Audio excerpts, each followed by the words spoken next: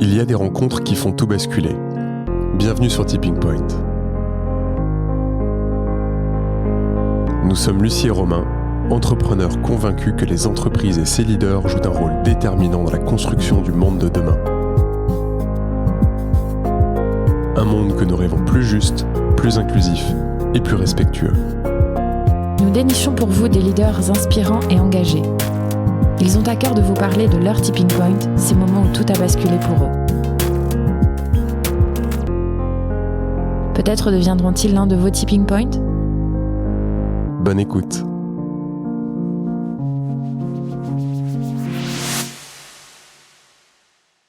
Merci beaucoup Alexis d'accepter d'être avec nous sur Tipping Point et de nous partager ton témoignage et ce que tu fais. Alors on avait envie de commencer avec une petite phrase et même des petites phrases qu'on a lues sur ton LinkedIn. Et je cite, puisque c'est toi qui l'as écrit, « Nous assistons à une drôle d'époque. D'un côté, les besoins de transformation de nos entreprises sont profonds. De l'autre, il n'a probablement jamais été aussi difficile d'engager les collaborateurs autour d'un projet commun. Là où le salaire et la stabilité de l'emploi suffisaient auparavant à les épanouir, les salariés sont désormais en quête de quelque chose en plus, le sens de leur travail. » Alors, ça nous interpelle forcément. Tu vas nous en dire plus, mais tu as créé chez Michelin un collectif qui s'appelle Michelin et la transition écologique. Et tu soutiens la conviction et l'action autour du fait que les entreprises peuvent s'appuyer sur la force vive qui les compose, c'est-à-dire leurs salariés, et que les mouvements et la transformation, si on a beaucoup parlé dans ce podcast de transformation par le dirigeant, par le leader, par la tête de l'entreprise, finalement, toi, tu viens soutenir ça en disant « et aussi » je sais pas, on en va en discuter, les salariés, les collectifs peuvent venir complètement bouleverser les organisations et pousser à la transition et à la transformation, notamment d'un point de vue écologique et d'un point de vue du sens. Voilà, alors traditionnelle question avant de se lancer dans ce débat. Alexis, si tu es d'accord de nous dire qui tu es, et puis ensuite, bien sûr, d'où te viennent ces convictions fortes et quels sont tes tipping points. Yes, merci, avec plaisir. Comme je le disais en écoutant vos épisodes précédents, j'ai vu que les personnes interviewées remontaient généralement assez loin, donc je vais faire pareil.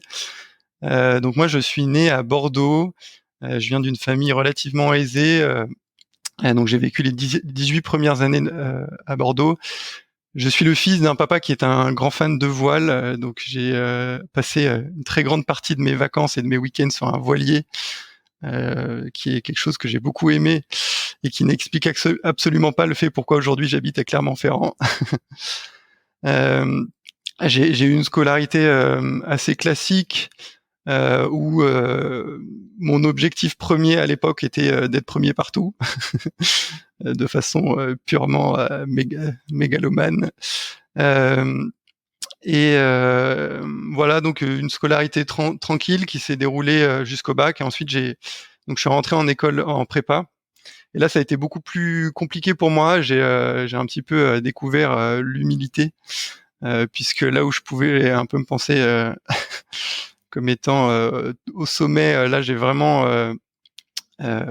vécu 2 ans difficiles, mais qui ont quand même été assez instructives et utiles pour la suite de ma vie. Et donc ensuite j'ai intégré une école d'ingénieur, Centrale Paris, où là j'ai pu davantage prendre du recul et souffler. C'est quand même moins intense qu'une prépa en termes de rythme de travail notamment. Une petite anecdote, j'ai été marqué à ce moment-là par une phrase qui a été dite par le directeur de l'école dès notre premier jour à l'arrivée, qui était de dire que vous, les écoles, les nouveaux étudiants arrivant dans l'école, vous êtes les futurs leaders, entrepreneurs, innovateurs, qui est la devise de l'école. Et à ce moment-là, moi, je me suis vraiment posé cette question, est-ce que je me reconnais dans cette description-là? Et même si j'avais pas la réponse à ce moment-là, c'est un peu quelque chose qui m'a suivi par la suite en me demandant si j'étais entre guillemets au niveau des attentes qui pouvait être celle de cette formulation d'école, et qui a peut-être aussi généré parfois un petit complexe d'infériorité à certains moments de ma vie. Voilà, donc 3 ans d'école qui sont globalement bien passés, où j'ai déroulé un peu cette scolarité sans forcément trop savoir ce que je voulais faire à ce moment-là, ce qui est peut-être un problème qui est rencontré par pas mal de gens qui rentrent en école de commerce ou d'ingénieur. C'est pas facile à ce moment-là de savoir ce qu'on a vraiment envie de faire de sa vie. Et donc moi j'ai suivi une spécialisation dans l'aéronautique en 3e année, sans forcément plus de raisons spécifiques que ça. Simplement, à ce moment-là, je trouvais que les avions c'était sympa parce que ça vole et que voilà, donc j'avais envie de me spécialiser là-dedans.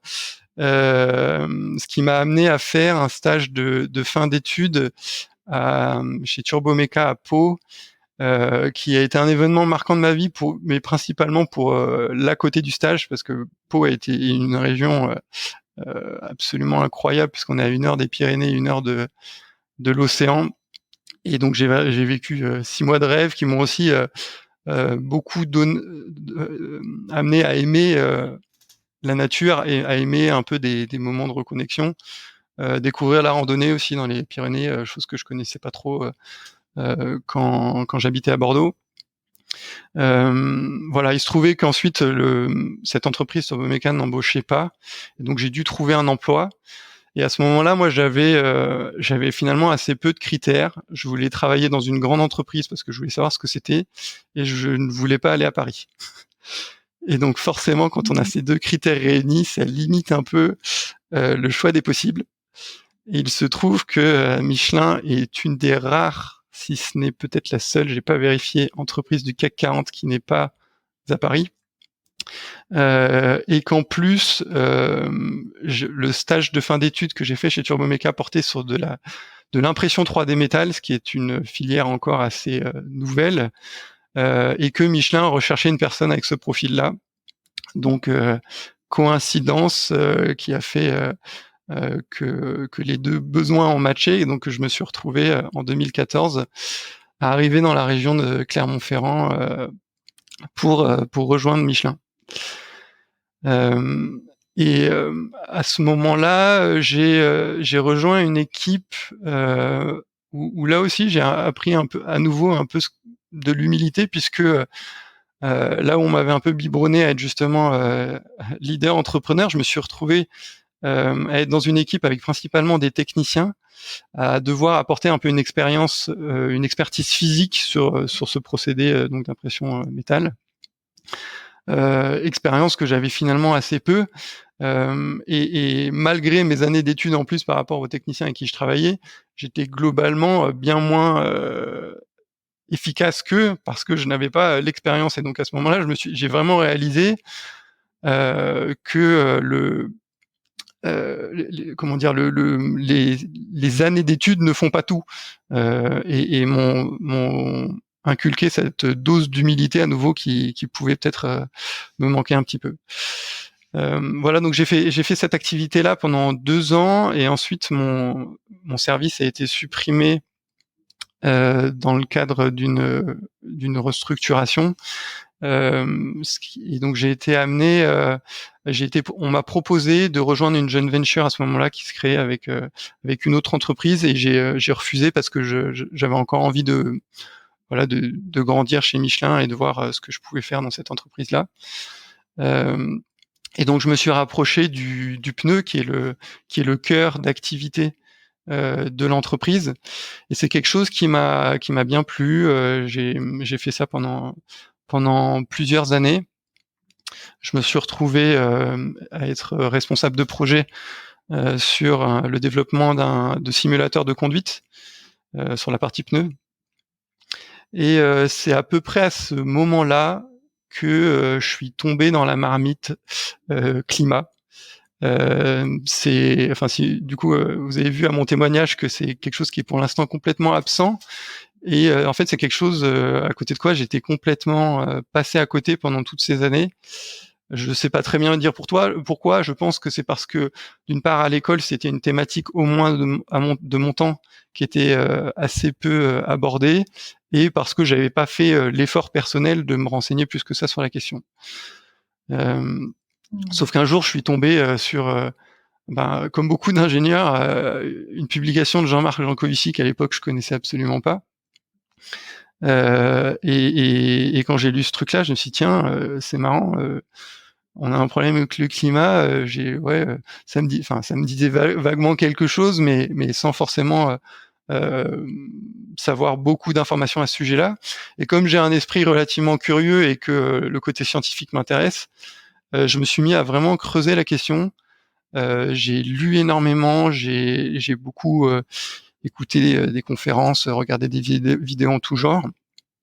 Et plus je lisais, plus je me renseignais, plus je me rendais compte que la situation dans laquelle on était beaucoup plus critique que ce que j'aurais pu imaginer auparavant, et que le problème est relativement aussi systémique, c'est-à-dire que j'y suis rentré par l'angle du climat, et ensuite j'ai découvert qu'il y avait tout un tas de problèmes qui allaient avec, qui ne se limitaient pas à ça. Voilà, et donc une fois, ça m'a pris vraiment du temps de comprendre toutes ces informations-là. Je saurais pas dire combien exactement, mais ça s'est, on va dire, échelonné entre 2018 et 2019. Et généralement, en tout cas, moi, c'est ce qui m'est arrivé. On arrive à un point qui est de se dire, ok, j'ai compris que tout cela était important, était sérieux. Je me disais, c'est pas forcément utile de continuer à ingurgiter une quantité astronomique d'informations si c'est pour me faire peur et rien en faire derrière. Et donc, je me suis dit concrètement, qu'est-ce que je peux faire en tant que moi, individu Alexis Treille, pour contribuer à faire en sorte que les choses aillent mieux.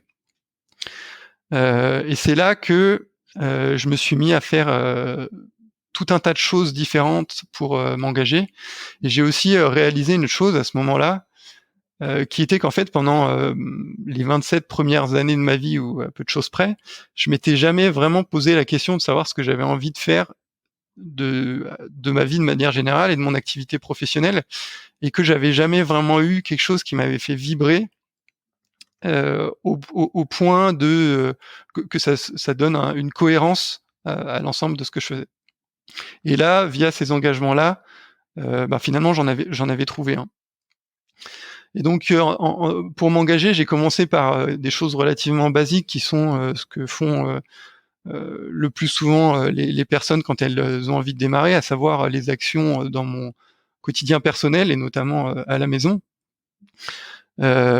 où avec ma femme, on a essayé de faire des efforts pour réduire notre consommation d'énergie, avoir un comportement d'achat plus responsable.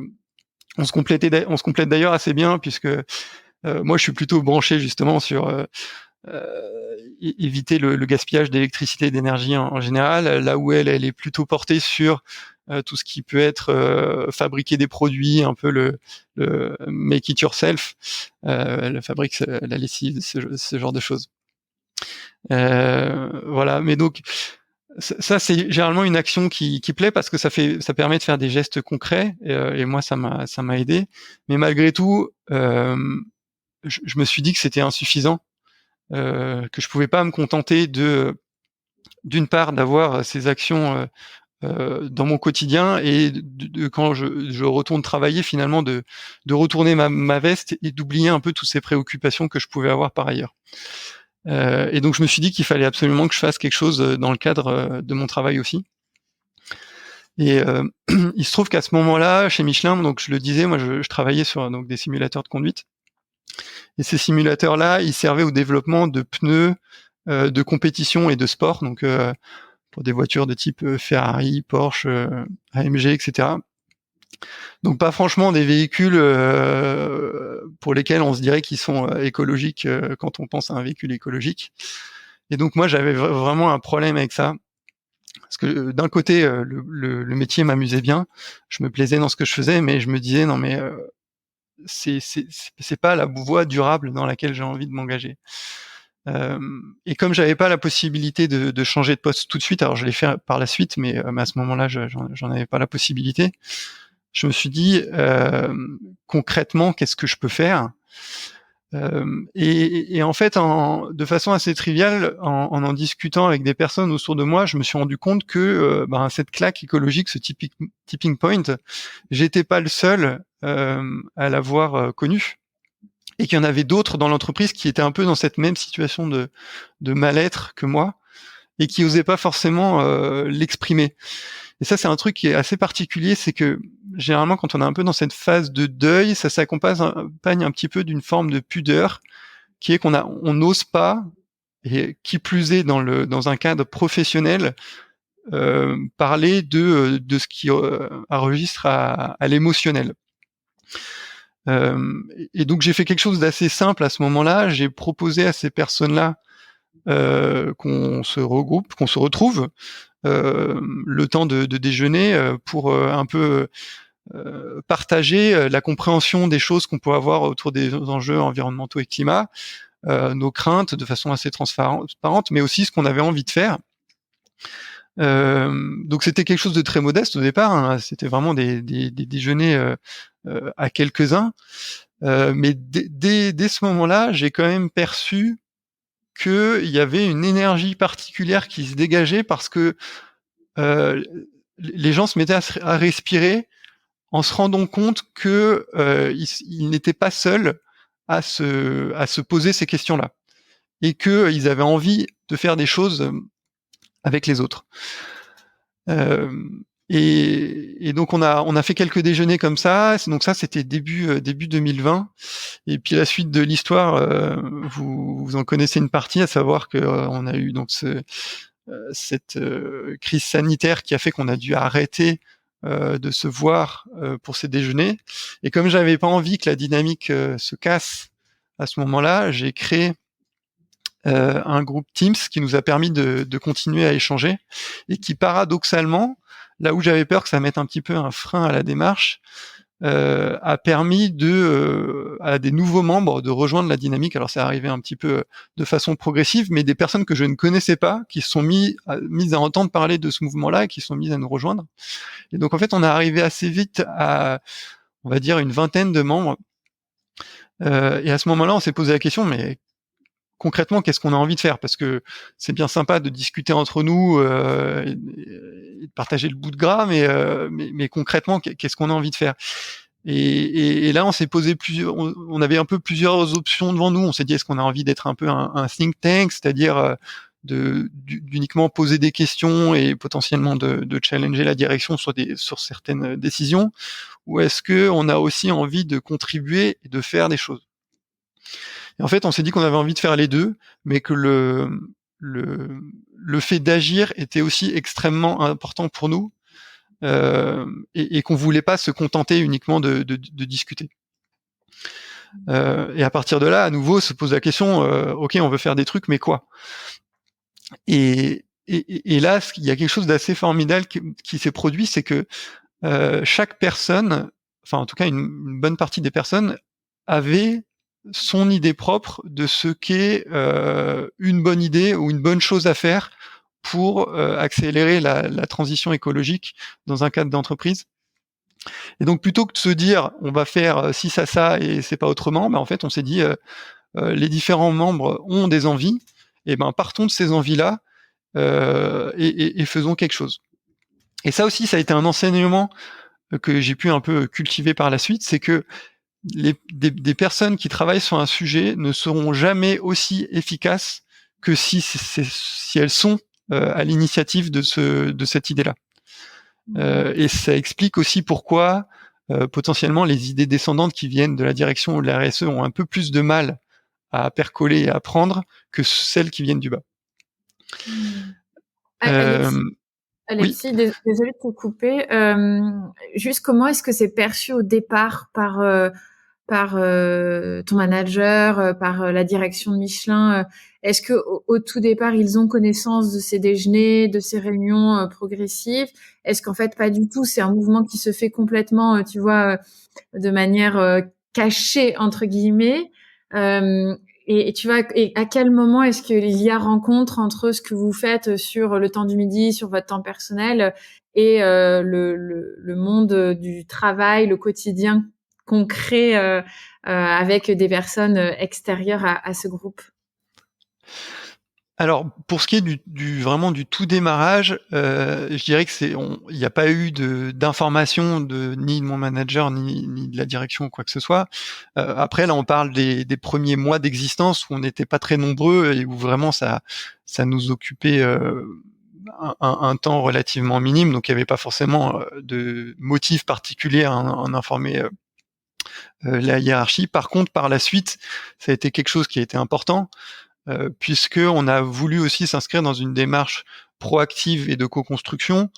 Et donc au-delà de poser la question de est-ce que c'est OK qu'on fasse ça, soit sur notre temps de travail, mais on évitait quand même de le faire. C'était plutôt entre midi et 2 ou le soir. Mais on avait aussi une autre volonté en allant voir notre direction, qui était de légitimer notre démarche et de montrer le bien fondé de ce qu'on faisait, de manière à rassurer déjà, parce que ça peut parfois effrayer de se dire que un groupe de salariés s'empare des questions environnementales et peut potentiellement venir challenger l'entreprise. Donc, on est venu rassurer sur le fait que on était là avant tout dans une logique positive, constructive, et qu'on avait envie d'aider l'entreprise et non pas de s'y opposer, même si poser des questions constructives fait partie pour moi d'une démarche, c'est-à-dire une question qui peut parfois amener à gratter un petit peu, va dans le sens d'aider l'entreprise. Mais les différentes actions qu'on a pu mener étaient aussi là pour illustrer le bien fondé de ce qu'on faisait, puisque ça permet d'illustrer concrètement ce qu'on avait envie de faire. Et là, l'entreprise ne pouvait que nous soutenir parce que ça avait du sens pour nous, évidemment, puisqu'on avait envie de le faire, mais aussi pour l'entreprise. Est-ce que ça répond à ta question, Lucie? Oui, oui, et émotionnellement, tu vois, très concrètement, comment est-ce que c'est reçu à l'intérieur de l'entreprise au moment où vous allez leur expliquer tout ça? Par les membres ou par la direction? Ouais. La direction, ou en tout cas les personnes à qui vous allez vous adresser pour dire on aimerait construire ensemble, on aimerait réfléchir avec vous aux problématiques et porter ces sujets pour l'entreprise de manière constructive. Alors on a toujours été très bien reçus, et ça c'est quelque chose qui d'une part était super agréable, d'autre part pour moi montrer une certaine ouverture d'esprit de la part des dirigeants, et qui était véritablement bénéfique pour nous. La première personne qu'on a rencontrée, ça a été un membre de la direction RSE de Michelin, qui nous a dit il a appelé ça une démarche virale, parce qu'il a assez vite compris que on avait aussi cette capacité d'essaimer et d'aller toucher des personnes un peu partout dans l'entreprise, et donc que cette démarche virale était vraiment super, quoi. Et donc il nous a encouragé là-dedans. Et par la suite, les autres interlocuteurs qu'on a pu avoir ont aussi nous ont toujours soutenus. Alors soutenus pas forcément dans un sens de libérer du temps ou de donner du budget, même si le budget est arrivé un peu plus tard. En revanche, dans une logique de responsabilisation qui était importante pour l'entreprise. Pour eux, on était dans cette logique-là, et donc on s'inscrivait finalement dans cette stratégie d'entreprise, puisque la responsabilisation fait partie de la stratégie que l'entreprise a envie de déployer. Voilà, donc c'est globalement une expérience extrêmement positive qu'on a pu avoir dans les discussions qu'on a pu avoir avec la direction, et ça c'est quelque chose qui est assez transverse dans d'autres entreprises aussi, puisque j'en parlerai après aussi de cette expérience des collectifs, qui est donc l'association, cette fois-ci avec un grand C, où de manière générale ces démarches-là sont très bien perçues par les membres de la direction. Toi, à ce moment-là, Alexis, la conscience de ce que tu es en train de faire, c'est quoi? Tu te dis, on est justement un petit collectif d'une 20aine de personnes engagées, et on va avoir un impact à l'échelle d'une direction qui est une direction RSE, où tu vises plus grand, tu vois plus grand, où tu sais que tu vas avoir quelque chose qui sera beaucoup plus important que ce que tu es en train de construire là, avec cette équipe de 20 personnes? À ce moment-là, je peux pas le savoir parce que d'une part, la notion de collectif, pour moi, à ce moment-là, elle n'existait nulle part ailleurs. Alors, il se trouve qu'en fait, je le savais pas encore, mais si, ça existait ailleurs, mais en tout cas, j'en avais pas la connaissance, donc je pouvais pas comparer. Donc, mon état d'esprit à ce moment-là, c'était de se dire, avançons du mieux qu'on peut, et puis on verra bien où ça nous mène. Et vraiment, j'en avais strictement aucune idée. Mais rien que le chemin valait la peine d'être vécu. Bon, et, alors je sais plus quelle personne a dit justement que c'est le chemin qui est important et pas la destination, mais on était vraiment dans cette logique-là. Et j'aurais tendance à dire qu'on se laissait un peu porter au gré du temps, sans forcément avoir une stratégie claire, même si dès le départ, on s'est rendu compte que ce que les membres avaient envie de faire était différent en fonction des personnes. Typiquement, que j'ai créé ce collectif, je l'ai quand même créé avec une ambition dans un coin de ma tête qui était de se dire que j'avais envie de pouvoir contribuer, influer sur la stratégie de l'entreprise. Ce qui est quelque chose d'extrêmement ambitieux et qui peut-être aurait échoué si jamais on n'avait pas conjugué ça avec d'autres actions plus, on va dire, terre à terre, mais aussi du coup réalisables. Et donc parmi les membres, il y avait par exemple des gens qui avaient envie d'axer notre énergie sur la sensibilisation et la formation, qui est un levier extrêmement important aussi si on veut un jour arriver à vivre dans les limites planétaires. Et moi, c'est pas forcément quelque chose que j'aurais mis en priorité une à ce moment-là, mais ça a été quelque chose d'extrêmement bénéfique puisque ça a reçu à la fois de l'écho de la part d'autres salariés, puisqu'on faisait venir des conférenciers, il y avait pas mal de gens qui pouvaient venir, on déployait des fresques du climat, donc on a pu toucher pas mal de monde. Et ça, l'entreprise, elle a réellement apprécié qu'on fasse ça. Il y avait aussi tout ce qui tournait autour des éco-gestes, qui sont des choses très classiques dans les entreprises et qui sont à la fois aussi transverses.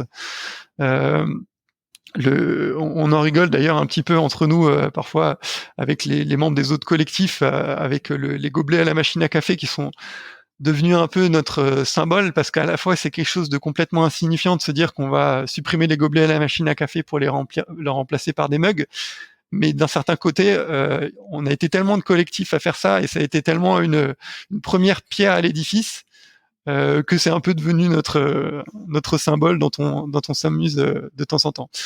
Et donc à côté de cette sensibilisation et de ces éco-gestes, il y avait d'autres personnes comme moi qui avaient plutôt envie de travailler sur des leviers stratégiques avec par exemple des méthodes de comptabilité carbone, des réflexions sur des secteurs d'activité précis qu'on avait envie de questionner, des réflexions autour de l'économie de la fonctionnalité qui moi était quelque chose qui me tenait à cœur aussi. Et donc en fait on a un petit peu conjugué les deux les petits gestes nous permettant entre guillemets de marquer des points au sein de l'entreprise aussi par des actions concrètes qu'on pouvait réaliser, et tout ce qui était autour des volets stratégiques, même si on n'a pas pu enfin l'histoire n'est pas finie encore une fois, mais en tout cas au moment où je suis parti de l'entreprise on n'a pas encore pu construire véritablement autour de ces idées stratégiques, mais ma conviction c'est qu'un jour les entreprises vont pouvoir aller vers ça, vers s'appuyer davantage sur leurs salariés pour définir leur stratégie de demain et ne plus limiter ça à un petit cercle de personnes, à un COMEX, à un conseil d'administration, etc. Et qu'on pourrait aller vers des choses beaucoup plus contributives. Et donc pour répondre à ta question, Romain, la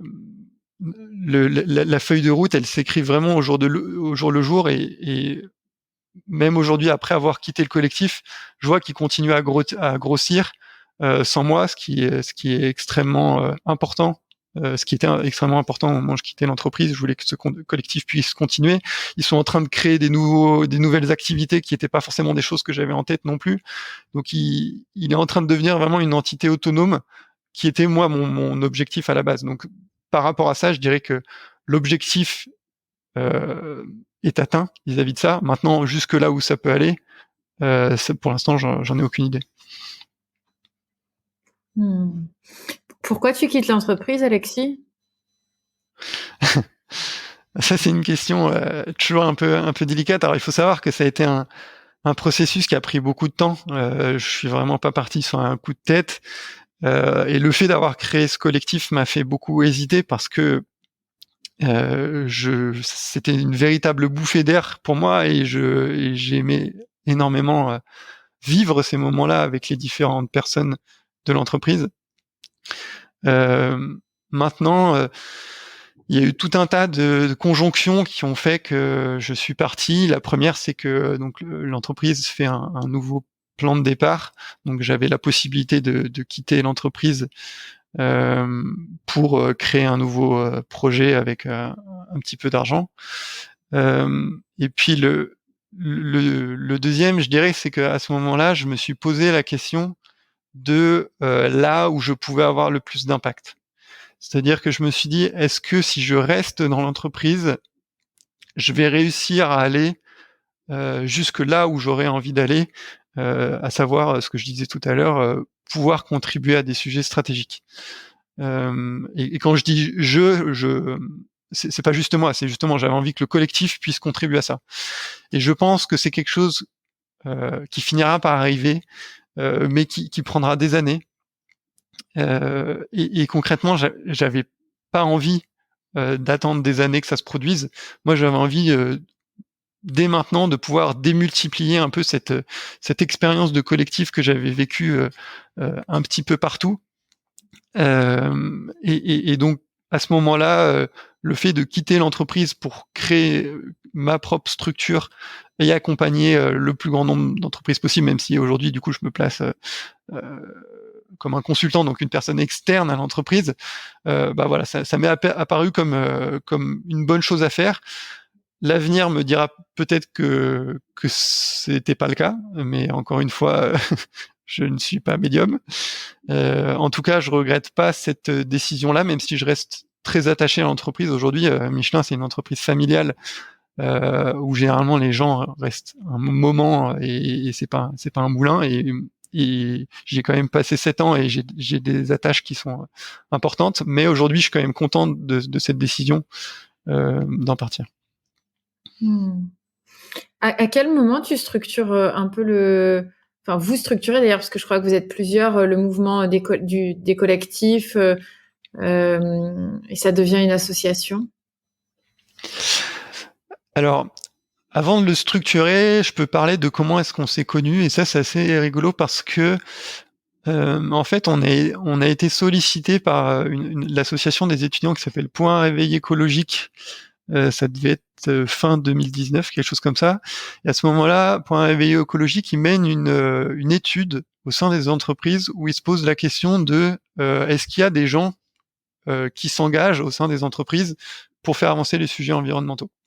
Et donc c'est comme ça que je suis rentré en contact avec eux, et c'est comme ça que eux sont rentrés en contact avec des personnes dans tout un tas d'entreprises.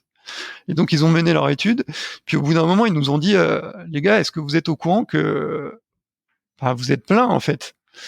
Et c'est rigolo parce que à ce moment-là, moi en fait je connaissais via LinkedIn 2 autres collectifs d'entreprises, à savoir celui d'EDF et celui d'AXA, mais c'est tout. Et en fait, à ce moment-là, on a réalisé qu'on était beaucoup plus que ça. Et donc, on a décidé de co-écrire une tribune qui a été publiée dans les Échos en avril 2021, pardon. Et donc, en fait, c'est l'écriture de cette tribune qui a un peu marqué l'avènement de la création de l'association Les Collectifs. Donc cette tribune a été co-signée à 27. Et ensuite, dans la foulée, on a structuré cette association. Donc on en a fait une association loi 1901. Et puis là, c'était parti et on a souhaité accueillir un maximum de collectifs d'entreprises différentes. Donc après, moins d'1 an d'existence aujourd'hui, on recense environ 150 entreprises. Donc, on a démarré à 27, aujourd'hui, on est 150. Et ce nombre bouge quasiment tous les jours, puisque ce phénomène de création de collectifs intéresse de plus en plus de personnes. Parfois, c'est comme nous, des personnes qui ont déjà créé un collectif, mais qui ne savaient pas qu'il y avait eu cet effort de fédération des différents collectifs en entreprise. Parfois, c'est des gens qui nous sollicitent et qui nous disent écoutez, moi, cette démarche-là, elle m'intéresse. Est-ce que vous pouvez m'aider et m'accompagner dans la création de ces collectifs-là? Et donc, c'est quelque chose qu'on fait, d'accompagner les personnes qui nous sollicitent dans les différentes étapes qui mènent à la création d'un collectif et qui permettent d'accélérer un petit peu et d'éviter les écueils dans lesquels certains sont tombés, de donner des bonnes pratiques, de mettre les gens en réseau aussi pour que des actions qui ont marché dans une entreprise puissent se mettre à marcher dans une autre, etc. On est vraiment dans une logique de construire quelque chose ensemble qui n'existait pas auparavant et de rendre les frontières entre les différentes entreprises poreuses. Et ça, c'est hyper intéressant parce que finalement, jusqu'à maintenant, il y a le dialogue inter-entreprise, il est soit inexistant, soit limité à un nombre très limité de personnes dans une entreprise, et généralement plutôt des personnes niveau COMEX, etc. Et là, on se met à avoir des interactions qui sont par la base et qui permettent de partager de l'information et du savoir. Et ça, ça fait aussi partie de ce qui est notre grande force au sein de l'association des collectifs. Est-ce que ces collectifs-là, est-ce que les collectifs peuvent vraiment transformer l'entreprise si le leader, si la tête n'a pas décidé de bouger? J'espère que tu me réponds oui. C'est la grande question. Et si tu me réponds oui, j'aimerais bien que tu nous dises comment, en fait. Alors, je préfère répondre je ne sais pas, parce que ça serait prétentieux de répondre oui. Et le fait est que je pense qu'il faut que ça bouge un peu partout. C'est ce qui rend la transition écologique et la transformation de nos sociétés en général délicate. C'est que une action menée à un endroit ne suffira quoi qu'il arrive pas. Et donc, dans le monde de l'entreprise, c'est la même chose. Et donc, je pense que la direction doit aussi être embarquée là-dedans, enfin vivre quelque chose de véritablement une expérience transformative. Et donc, toi, Romain, qui participe à la Convention des entreprises pour le climat, tu vois de quoi je parle. Mais que si ces dirigeants-là ne peuvent pas s'appuyer sur des salariés qui eux aussi ont envie de s'approprier cette envie de transformation, alors ça bloquera. Donc je pense qu'il y a vraiment besoin des deux, et je dirais même des trois en rajoutant les actionnaires dans l'équation. Puisque malheureusement, j'aurais tendance à dire, même un dirigeant qui serait absolument convaincu par ces enjeux-là, s'il n'est pas soutenu par ses actionnaires, n'aura pas les mains libres pour faire ce qu'il veut. Et tu as aussi un quatrième pilier qui est le syndicat, en fait. Absolument. T'as complètement raison.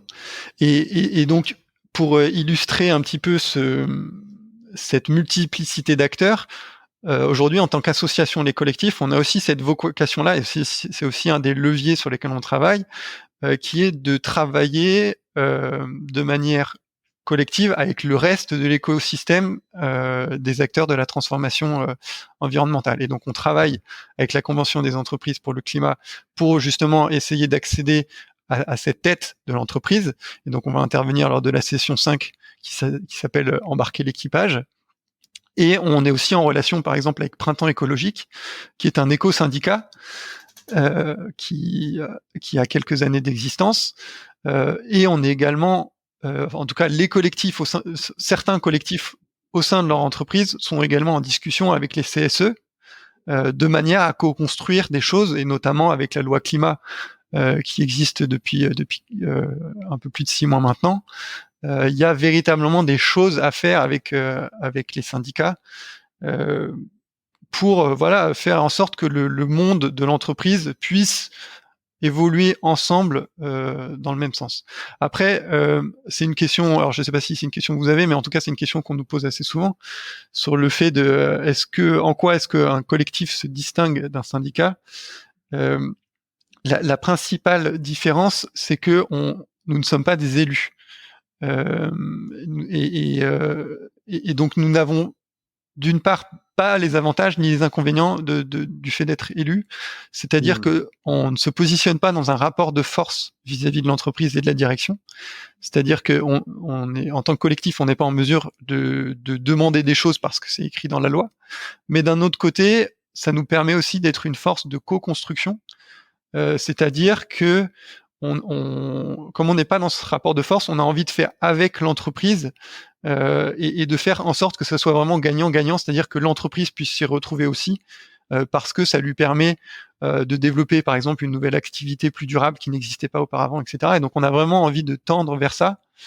Et donc, ce n'est pas un mode d'action syndical, mais on a quand même envie de créer ces liens avec les organisations syndicales également. Tu parlais, Alexis, tout à l'heure d'échanges de bonnes pratiques et des écueils entre les différents collectifs. Est-ce que tu peux nous en partager quelques-uns, justement, des écueils dans lesquels tu as vu les collectifs tomber ou au contraire des bonnes pratiques qui fonctionnent bien? Ouais, alors en fait, les bonnes pratiques, il y en a plein. Je sais pas si je pourrais les résumer facilement, mais la chose la plus importante et qui est parfois un petit peu négligée au départ, c'est de véritablement créer une communauté où les gens vont pouvoir se retrouver pour partager des émotions fortes. Ce que je veux dire par là, c'est qu'en fait, un collectif naît avant même d'avoir envie de faire des actions concrètes, il naît parce que les gens partagent quelque chose qui transcende leur métier. C'est-à-dire qu'aujourd'hui, une préoccupation pour l'environnement, pour les questions environnementales et sociales aussi, parfois, même si elles sont quand même un petit peu moins présentes dans nos actions, c'est complètement poreux aux différents métiers qu'on peut avoir. Via cette expérience de collectif, j'étais en lien avec des personnes qui travaillent dans la finance, avec des personnes qui travaillent dans d'autres secteurs de la R&D, en supply chain, en usine, etc. Mais on avait tous un point commun, qui était que justement on avait pris cette claque à un moment et qu'on avait envie de faire des choses. Et donc le premier conseil pour la création d'un collectif, c'est de ne pas négliger ça, c'est-à-dire le fait de dialoguer entre les différents membres pour cultiver cette envie commune. Et ensuite, je dirais que les étapes d'après, c'est de réfléchir à une raison d'être, de la même manière que l'entreprise peut être amenée à réfléchir à sa raison d'être pour à chaque fois essayer de ramener les différentes décisions qui sont prises à cette raison d'être. Un collectif peut être amené à se dire quelle est mon ambition, qu'est-ce qu'on veut faire, et quand on se présente à l'entreprise, comment est-ce qu'on décrit notre activité. Donc le fait de réfléchir à cette raison d'être est aussi extrêmement utile. Et donc la logique de ça, c'est ensuite le décliner en différentes actions, et donc j'en ai parlé tout à l'heure, et de rencontrer sa direction, qui est aussi quelque chose que les collectifs ont envie de faire généralement au tout début, parce que voilà, ça leur permet de légitimer leur existence. Je pense que c'est bien de pas le faire tout de suite, parce que ça permet voilà, ce que je disais, de cultiver une véritable identité à ce collectif, de l'illustrer, de lui donner de la consistance, ce qui sera plus parlant une fois que le collectif ira voir sa direction ou sa RSE. Voilà, donc c'est tout un tas de petits conseils comme ça aussi qu'on peut saupoudrer aux personnes qui viennent nous voir pour demander de l'aide pour la création d'un collectif. Mais il y a aussi des idées qui peuvent venir sans passer par l'association, et on a envie de favoriser ça, qui serait, j'en sais rien, sur une action très spécifique, par exemple mettre en place un plan de je vais donner un exemple sur le plan d'épargne d'entreprise, le PE. Le collectif de l'AFD, par exemple, a fait une étude qui permettait de voir quels étaient les fonds plus vertueux que d'autres pour le placement des économies des employés. Ça c'est quelque chose qui peut être utile pour tous les autres collectifs et toutes les autres entreprises en général, et donc c'est quelque chose qui peut être partagé sans passer par l'association. Donc on a envie de favoriser ce genre de démarche qui fourmille un petit peu de façon spontanée. Aujourd'hui, Alexis, tu te lances. Est-ce qu'on peut dire que la petite phrase que tu as entendue lors de la fin de tes études ou au début de tes études, je sais plus ce que tu nous as dit sur vous êtes tous des leaders, des entrepreneurs, est-ce qu'elle résonne? Comment elle résonne pour toi? Qu'est-ce que tu ambitionnes là de faire maintenant que tu es sorti et que tu te poses plutôt comme un acteur externe? Alors déjà, aujourd'hui, un entrepreneur, j'en suis un, donc je peux cocher la case. Après, sur un leader, c'est toujours compliqué.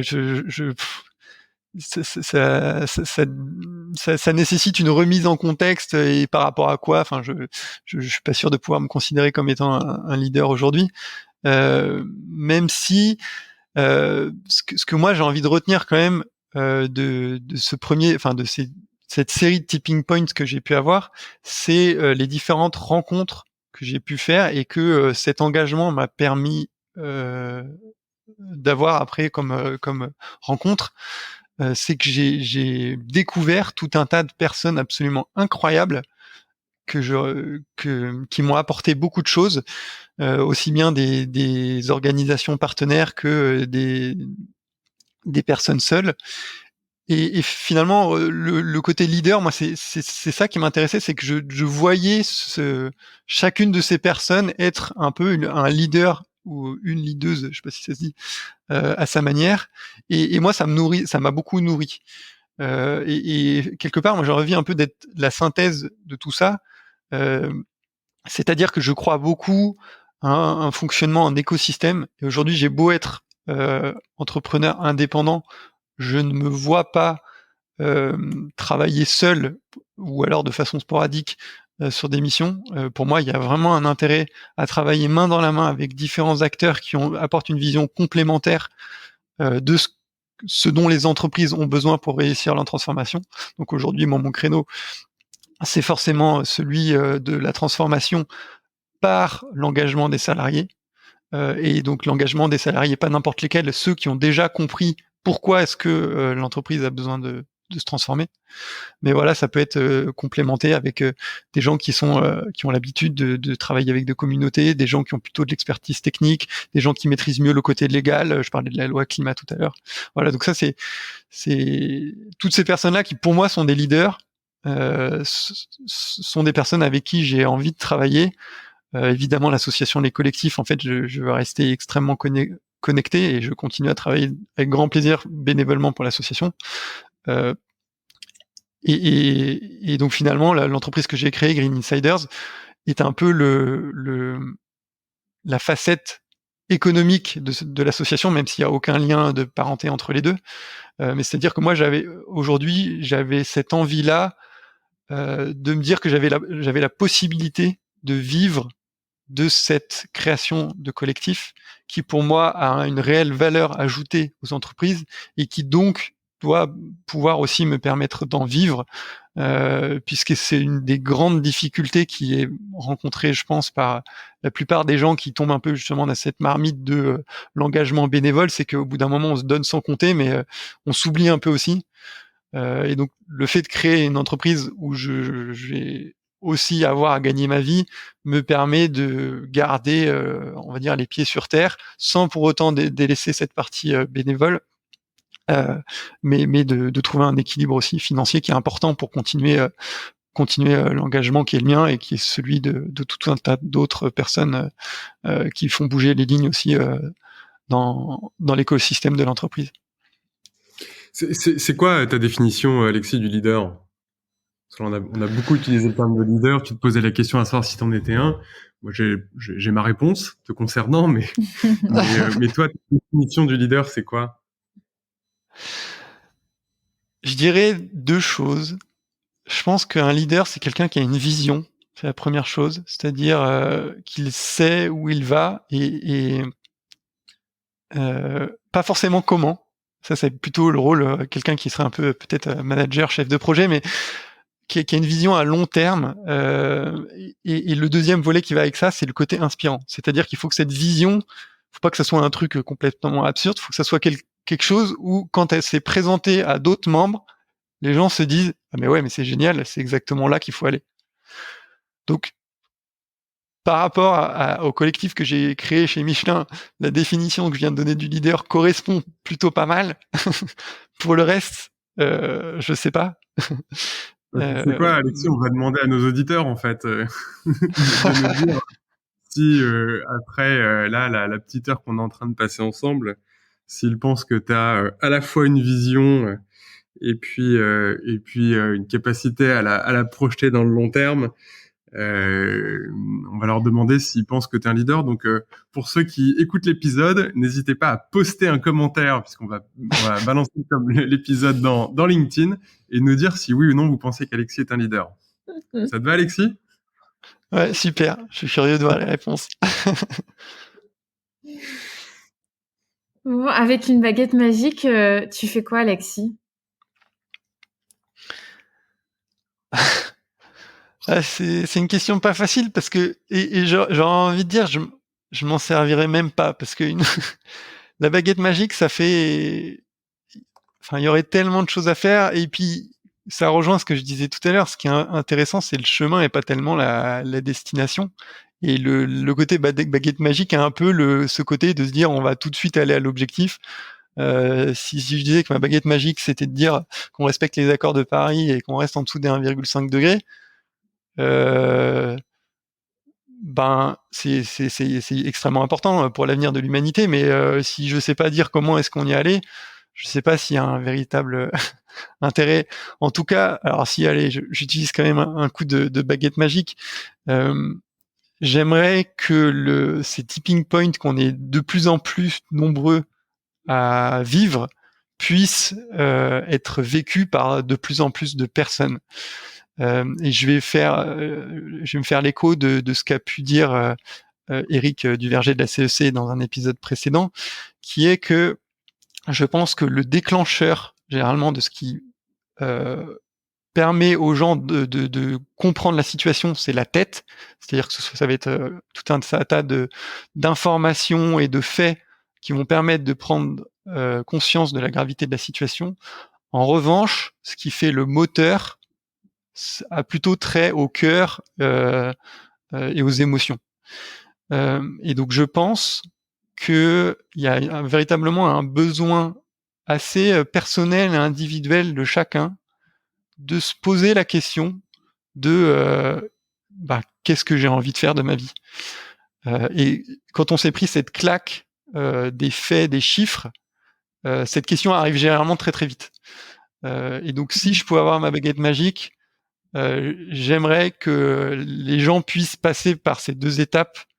Et à ce moment-là, moi je peux les aider, les collectifs peuvent les aider, et puis l'ensemble de l'écosystème va pouvoir les aider, puisque c'est finalement les deux premières étapes qui sont inhérentes à l'entrée dans l'action et le fait de devenir un acteur du changement. Et donc, si on est de plus en plus nombreux à réussir cette transformation intérieure, je pense qu'on aura une chance de réussir à construire une société qui soit environnementalement et socialement plus juste et donc plus désirable, et ça sera beaucoup plus intéressant que de se dire j'ai ma baguette magique pour avoir mes 1,5 degré et puis peu importe de comment on y est arrivé.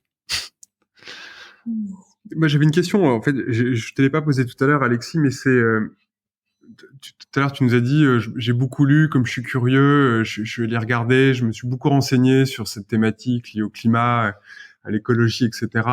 Aujourd'hui, quelles sont tes sources d'informations et quelles sont celles qui t'inspirent et qui te donnent des idées, qui te mettent en mouvement, qui te font réfléchir? En tout cas, quelles sont celles que tu peux nous conseiller aujourd'hui? Alors dans les première lecture que j'ai pu avoir, enfin, ou vidéo, conférence, etc. Donc, Jean Covici, ça reste quand même un must sur le sujet. Ses cours des mines sont relativement fondamentaux.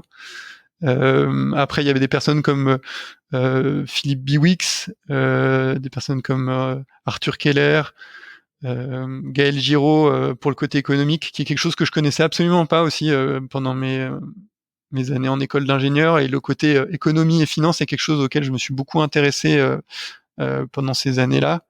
Parce que ça rejoint un peu le côté systémique, c'est-à-dire qu'on peut pas forcément, avec une vision purement ingénieur technique, se dire le changement c'est ça, si derrière il n'y a pas un peu une vision économique à l'ensemble.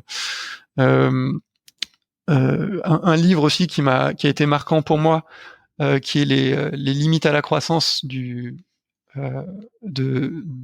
couple Meadows, qui a été écrit en 1972, donc on va fêter les 50 ans cette année, et qui justement insiste sur ce côté systémique de la situation.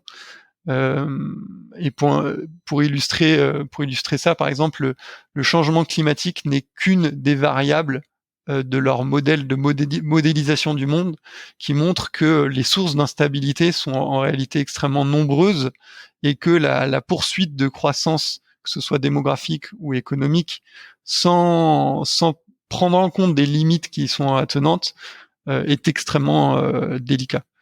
Donc ça, c'était une lecture qui pour moi a été quand même assez éclairante, même si on peut dire qu'il y a potentiellement tout un tas de limites à la modélisation, etc. Mais c'est une lecture que je recommande vraiment à beaucoup de monde. Et ensuite, aujourd'hui, je lis globalement moins sur des choses techniques. Non pas que ça m'intéresse pas, mais je dirais que j'en ai tellement ingurgité que j'ai eu besoin aussi de passer un petit peu à autre chose, et donc aujourd'hui je préfère lire des choses qui ont plus trait à la transformation personnelle. Je peux par exemple donner un livre que j'aime beaucoup qui s'appelle Les Suspendus de Sandrine Roudot. Voilà, mais je pense il n'y a pas forcément de bonnes lectures ou conférences à voir. Si Aurélien Barossi qui est très bien par exemple, c'est un cheminant qui est assez personnel, et pour donner une petite illustration à ça, c'est une discussion que j'ai pu avoir avec mon père. Mon père, pendant très longtemps, il n'a pas compris ce que je lui ai raconté. Pourquoi est-ce qu'il a vu son fils évoluer et se mettre tout d'un coup à s'intéresser à des enjeux environnementaux qui lui passaient relativement au-dessus. Et mon père, un jour, je lui ai dit, écoute, si tu veux, on se cale 2 heures et je t'explique. Bon, finalement, on n'a pas fait comme ça, mais je lui ai quand même envoyé justement une conférence de Jean Covici. Et à partir de là, il s'est lui-même enseigné. Et ce qui est rigolo, c'est qu'il est un petit peu passé par les mêmes étapes que moi. Donc, je me dis qu'il doit quand même y avoir un parcours un peu ingénieur latent dans tout ça, dans lequel on est beaucoup à se reconnaître. Voilà, donc c'est un petit peu l'anecdote amusante. Mais donc voilà, j'ai donné quelques conseils de lecture, etc. Mais je pense qu'il n'y a pas d'impératif. Il y a tellement de documents intéressants que il n'y a pas de mauvaise découverte de la question environnementale. Et après avoir lu le livre de Sandrine Roudot, on peut écouter l'épisode de Tipping Point avec son mari, avec Yannick. Ah ouais, super. Pour ouvrir les chakras. Bon, super. Est-ce qu'il y a un message que tu souhaites passer, Alexis, un mot que tu as envie une idée que tu n'as pas encore évoquée et que tu as envie de nous partager? Ouais, alors je peux dire une chose. Je pense que en soi, c'est un sujet sur lequel je pourrais continuer à parler encore longtemps, mais on va on va essayer de pas saouler les auditeurs. En fait, au démarrage de cette aventure, ça va faire écho à ce que je viens de dire, mais je pensais me lancer dans une aventure qui était technique. C'est-à-dire que je pensais que le problème, c'était les ordres de grandeur, les chiffres, etc. Et mon côté cartésien scientifique abondait vraiment dans ce sens-là. Et plus j'ai évolué, plus je me suis rendu compte qu'il y avait un aspect absolument essentiel qu'il fallait pas oublier dans l'équation. Et cet élément-là, c'est l'humain. Et en fait, l'aventure de collectif, avant d'être quelque chose qui a vocation à mettre davantage de planète dans les préoccupations de l'entreprise, c'est avant tout pour moi une expérience humaine où on tisse des liens et où on crée de l'envie. Et je pense que c'est comme ça qu'on arrivera à embarquer du monde beaucoup plus qu'en éduquant les gens aux ordres de grandeur, même si là aussi ça reste quelque chose d'extrêmement important. Et c'est aussi une phrase que m'a dite une directrice RSE avec qui j'ai pu discuter il y a pas très longtemps. Elle m'a dit tu sais Alexis, je ne crois pas en ma capacité à sauver la planète. En revanche, je crois en ma capacité à créer des liens et à créer de la résilience. Et ben en fait moi je partage pas mal cette phrase-là. C'est-à-dire que je sais pas dire si on va réussir à rester en dessous des 1,5 degré. Ça paraît quand même franchement compromis. Par contre, quelle que soit la suite, quel que soit l'avenir climatique, l'avenir de la planète, si on arrive à faire en sorte que les gens co-construisent et travaillent ensemble, ce qui est malheureusement un peu l'opposé de la situation géopolitique dans laquelle on est, si on arrive à mettre en place ces conditions-là, alors on va créer des conditions de résilience qui sont les plus importantes pour la suite. Voilà un peu le message que j'avais envie de faire passer. Ouais, qui est un message hyper important qu'on rejoint complètement, hein, c'est-à-dire c'est avant tout une question d'humain, une question de faire ensemble. Et dans le collectif, d'ailleurs, il porte bien son nom dans ce que tu as créé, ce que vous avez créé. Et c'est assez... moi, je trouve que ça donne de l'espoir, en fait, aussi de voir que finalement, l'initiative que tu portais, d'autres la portaient ailleurs. Et puis, à un moment, vous vous retrouvez et puis vous pouvez démultiplier ces petites initiatives locales pour faire un mouvement de beaucoup plus grande ampleur. Ouais, non, mais c'est exactement ça. On a envie de créer un effet boule de neige. Pour vous donner une autre illustration, en ce moment, on travaille avec d'autres associations, Make Sense, Printemps écologique et 2 tonnes, sur une campagne qu'on a appelée Héros au boulot, où en fait, on a envie que les personnes en entreprise puissent mettre en valeur leurs collègues qui s'engagent. Alors, le format, c'est sur les réseaux sociaux. Mais l'idée, c'est voilà, en fait, ces personnes-là aujourd'hui sont des personnes qui œuvrent dans l'ombre, qui ne sont pas connues et qui contribuent à un peu cultiver un sentiment généralisé qui est c'est foutu, on va pas y arriver. Or, nous, ce qu'on se dit, c'est si jamais on arrive à mettre en visibilité ces personnes-là, on va se dire, mais en fait, il y en a plein, il y en a partout, des gens qui s'engagent, qui font bouger les lignes. Et donc, d'une part, on pourra se dire, on est nombreux, c'est super. Et d'autre part, ça permettra de donner envie à ceux qui hésitent de rejoindre l'aventure. Et c'est vraiment là-dessus qu'on a envie de jouer.